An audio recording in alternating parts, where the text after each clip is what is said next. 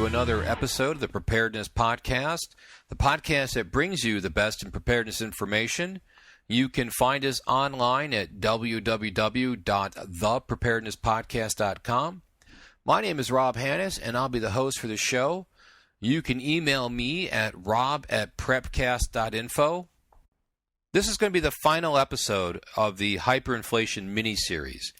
I know that I kind of named them a little bit wonky for the title of the podcast and the show notes that go with this, but I didn't plan on it being 3 parts, and I think it's important so that when people are looking for the information, they can see that, oh, what is hyperinflation? That's one, and then there's preparing for hyperinflation, and so that's why there's a Part A and Part B, and I know it's kind of goofy, but that was the best I could do. But you know what? You're going to be able to find out. You're a smart bear. You'll get it. So this is the final episode of hyperinflation, and this is where I'm going to talk about the actual steps that you can do to prepare for hyperinflation. Now, I'm not going to go over everything that you can do to prepare for hyperinflation because, quite honestly, you should be doing like 80% of the preparations already. That's why you're listening to this podcast. So all I've done is I've just assumed that you already being a prepper have already taken a lot of the basic prep steps, and I am just going to cover some of the highlights of the things that you should also look at, as these will be things that you can do specifically for rising inflation, mass inflation, and of course hyperinflation. So it's very, very important that you continue with your preps, but tack these on as, you know, if you're concerned about hyperinflation, then these are the things you should look at for this event. Before we dive right into this last part of the series, I want to talk about our sponsor for the podcast, and that is buyemergencyfoods.com. It's no secret that one of the key fundamental aspects of being prepared is having an adequate food storage program. With the hyperinflation that we're facing, even if we don't get into hyperinflation, we're looking at inflation. Prices are already going up. This is the time to buy the core basic stuff and get as much as you can because prices are going to go up. So it's a win-win situation. I like the legacy food stuff because it tastes good. I like it because it's got a 25-year shelf life, which means I'm going to make an investment in food storage. You know, we don't prepare just for single events. Now, I'm talking a lot about hyperinflation, but you know what? It might not be the issue or the event that we have to worry about. We don't know. That's why we prepare. Think about it. You buy this food, it lasts for 25 years. Think of all the things that can happen in 25 years. Doesn't matter. You've got your food storage. Once you put it away, you're good to go. If you go to my website, click on either the Prepare Wise banner or the buyemergencyfoods.com banner, or simply go to the site, buyemergencyfoods.com, and check them out.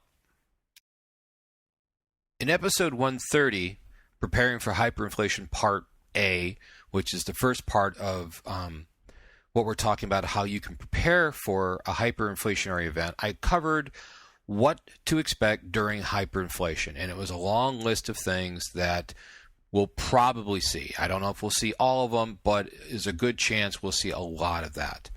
So let's get on to how you can prepare for hyperinflation and what you should be doing now. Okay. Here is my working theory on preparing for hyperinflation. Buy the common things that you use now while they're still cheap. Stock up on durables and consumables that have a long shelf life.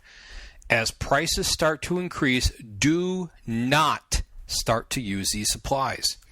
If you do, you will soon run out of your storage items. Keep buying things as long as you can afford it. Make the cuts in other services and luxuries that you need to do in order to buy the things you need. Since we have no idea how long the inflationary period will continue, you need to save your stored preps for as long as you can. You still need to rotate your supplies that have a limited shelf life, but if you can't replace something, don't use it unless absolutely needed.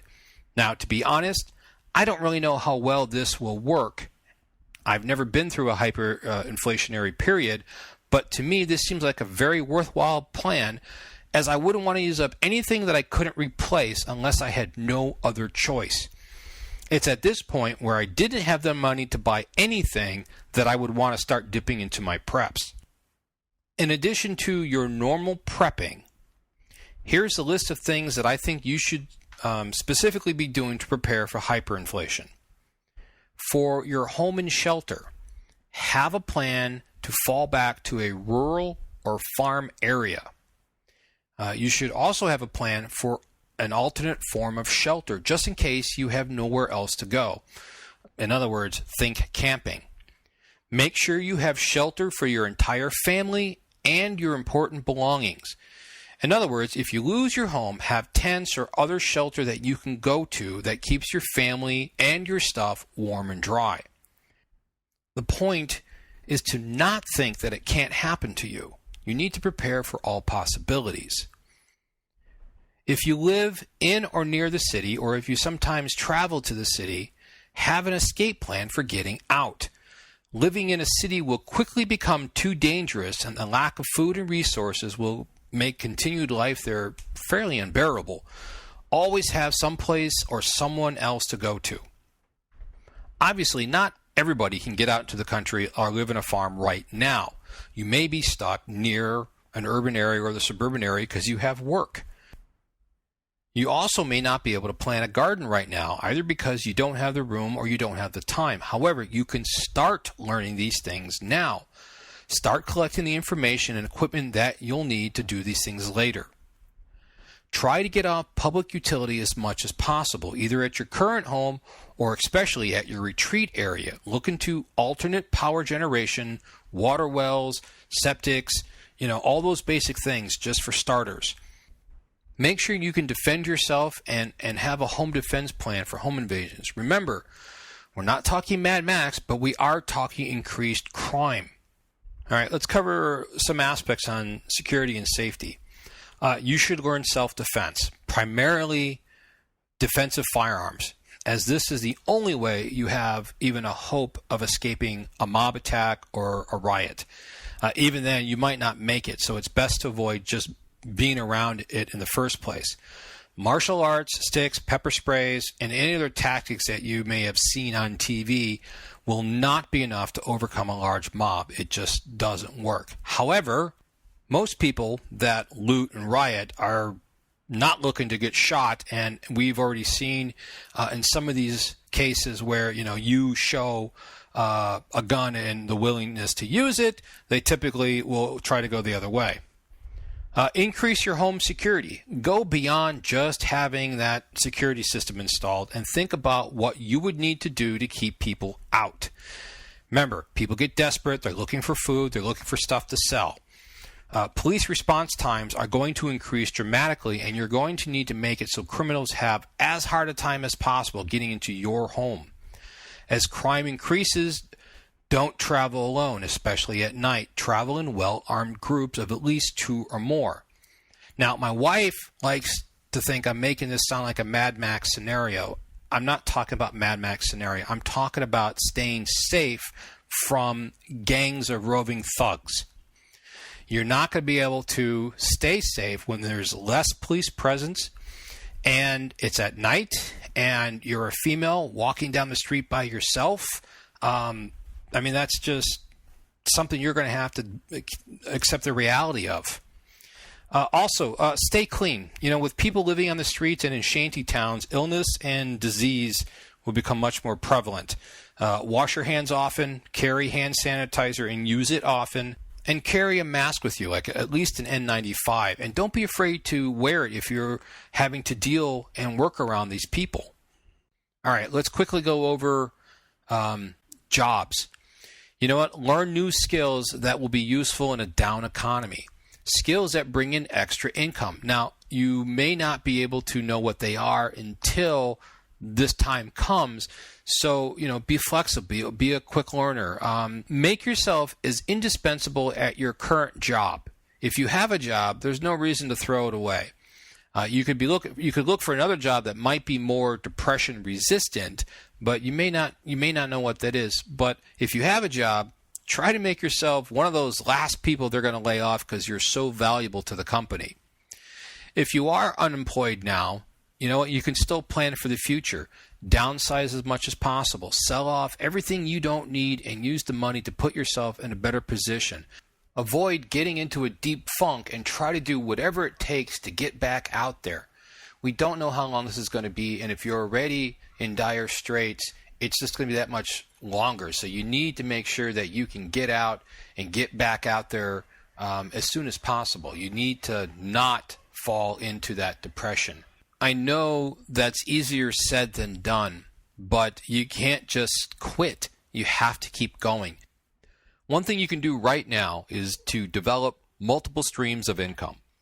And even if these different streams don't actually produce all that much revenue right now, the important point is that you have more than one source of income. So if you lose one of them, or if you lose your day job or whatever, you still have something coming in. And if these minor streams are something you can develop at a later time and grow them, then at least you've got the ball rolling on them. So even if you do get laid off, or if you lose one of these streams, you still got some money coming in, and that's the point. You want to be able to make money from a variety of different spots, so you're not putting all your eggs in one basket, so to speak. Okay, let's cover some money and finance preps. You need to move to protect the value of your wealth and savings. And no, this is not just a tip for rich people. If you have $500 in the bank, and that's your savings account, that money is going to be better kept at home as cash or converted into silver. If you don't understand how money works, please learn it now. Start looking into how you can stretch your money now. Look for used items online, things like Goodwill and resale shops, garage sales. These are all places that you can buy used items. Start looking into these places now. Restructure any debt that you have to fixed rates, making sure that the interest rates that you're paying are not tied to inflation in any way, such as LIBOR or ARMs. You may get away with paying these off with cheap dollars, but even if you can't, at least you don't have to worry about these costs increasing. Make sure you understand that your money is going to buy less and less in the near future. You can help counter this by buying tangible goods now. They probably will not be this cheap again for a long time.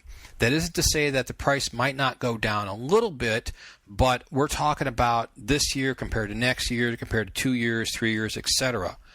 Once inflation starts to accelerate, you're going to see a mad dash for everything that isn't nailed down, and probably some things that are. Stay ahead of the curve, buy your preps now, get what you need now. If you have savings or investments in cash, think hard about doing something else with that money. Inflation and eventually hyperinflation is going to erode that value of that money if it's tied to dollars. Consider buying durable goods and supplies, which are your preps, gold and or silver. You'll probably need both. Stable foreign currencies, and though I really couldn't tell you which are really all that stable right now, or honestly, farmland.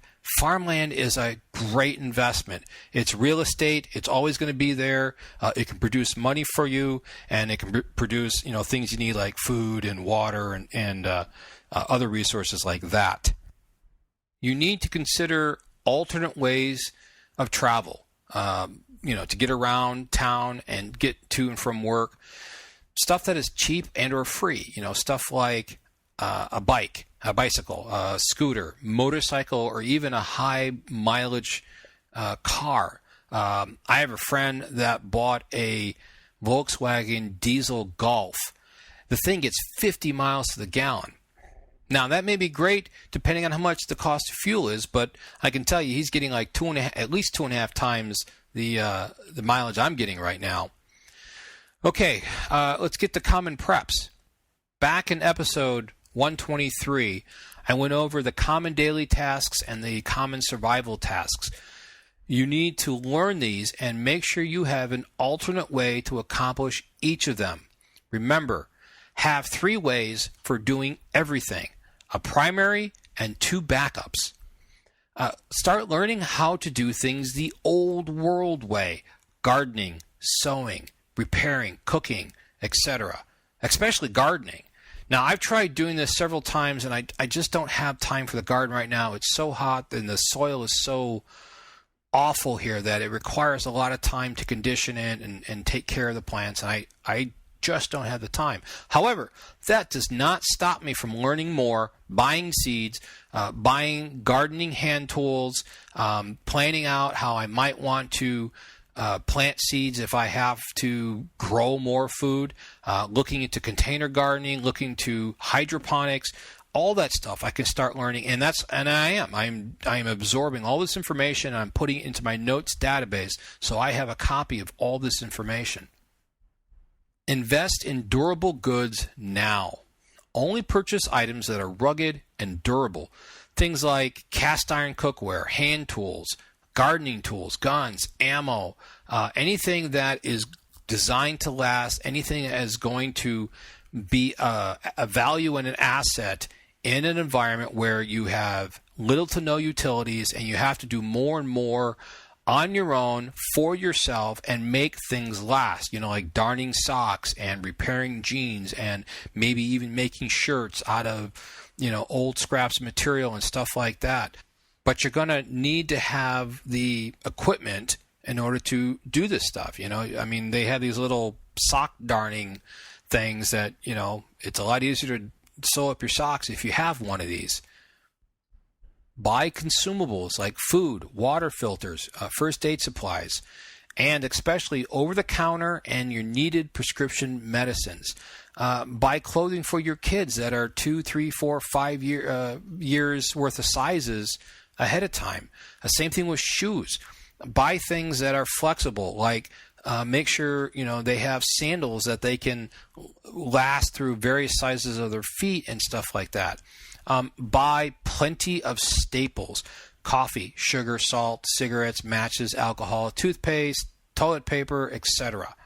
Make sure you have plenty of sundries. These are the items that you use all the time: your toiletries, your napkins, all this stuff. The stuff you consume and use every day. It's cheap now. Buy it now while you can. Increase your food storage on all 3 category levels. That's everyday foods, quick-made foods, and your bulk foods. We've talked a lot about this in past podcasts, so the information is already there. I'm not going to cover it again here. Seriously, though, buy as much food storage that you can now. It's a win-win move because, honestly, if it turns out that there's no economic collapse and suddenly everything is sunshine and lollipops, guess what? You still need to eat, and you can just eat that food. You're not going to lose. Don't worry about acquiring barter items. Just buy more of the stuff that you're already storing and the stuff that you use. Chances are that if you're storing it, then somebody else may want it too, and you could probably trade for it. If you don't drink alcohol, smoke cigarettes, or drink coffee, then do not store booze, tobacco, or coffee. Spend the money on stuff that you want, because if you can't barter it, then you can still use it. Take an inventory on all your preps. Make sure that all the food storage you have is still good. Make sure everything that you stored, there's nothing deteriorating or expiring or way past its useful date or range. Look for any holes in your preps. Fill those in. And again, I know I keep belaboring this, but increase your food storage as much as possible. If you go back and look in history of what people looked like and what they went through during depressions and hyperinflation stuff, it's food. You can typically probably find water and filter it, make it safe to drink, but it's food. If you don't have food, you can't survive. Buy things that are reusable. For example, many of us use those little plastic sandwich bags for all sorts of things. Well, you know what? Those need to be replaced. Find suitable replacement for all these consumable items. Yes, Tupperware would be good, but there's lots of other different types of Tupperware and different containers. Anything that can be used again is a plus.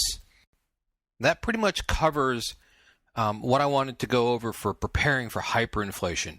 Now, what you're preparing now, the common preps that you're making, food storage and first aid and all this stuff that you're doing is good. I mean, this is part of what you should be doing. And I'm just assuming that you've already started and have a preparedness plan and you have stuff. I just was going over some extra things that you may want to cover to be prepared for hyperinflation, because it is a different sort of event. As much research and knowledge that I've put into this, I'm sure I've forgotten some things. As I think of them, I will update the blog post on here. So you may want to check back every once in a while, and I'll try to flag it as being updated if it's a significant addition to what I have. And I just want to end this by saying, you know what, folks? I don't know if this is going to happen. I don't know if we're going to get into a hyperinflationary event. I certainly hope not. I mean, I don't know how we're not going to get there, because all the signs are there. You can't print money like we're printing in this country and not get to hyperinflation, because every country that has done it has gone there. But, you know, hope springs eternal, and I hope that we don't go there. But this is why we prepare. We don't know. I have a family to take care of. You have a family to take care of. This is what we do. We're going to help each other, and we're going to get through this one way or another. I want to thank you for downloading and listening to the podcast, and I want to thank our sponsors for helping support the podcast. BuyEmergencyFoods.com has got some great food for your food storage. Backwoods Home Magazine, it's a great magazine with tons of useful information about homesteading and getting prepared. Sun Oven, cooking with the power of the sun. LPC Survival for Burkefield water filters. FlyingEagleGold.com for gold and silver purchases. SeedsNow.com for all the seeds you need to start your garden right now. And the SurvivalMom.com, who's helping moms get prepared every day. Thanks to all the sponsors for supporting us. We really do appreciate it. You can reach me through the website at www.thepreparednesspodcast.com, on Facebook at facebook.com/preparednesspodcast, and on Twitter as Prepcast. And of course, you can email me directly at rob@prepcast.info. I know that 3 podcasts for this hyperinflation series really wasn't probably something you were expecting. I know it certainly wasn't something I was expecting. I wasn't expecting it to go, basically, I think it's like over an hour and a half worth of information. But you know what? It's critically important, because I think this is something we're facing. And as I said, I hope it doesn't happen, but let's be prepared in case it does. Well, until next time, folks, please take the time to enjoy life and be safe.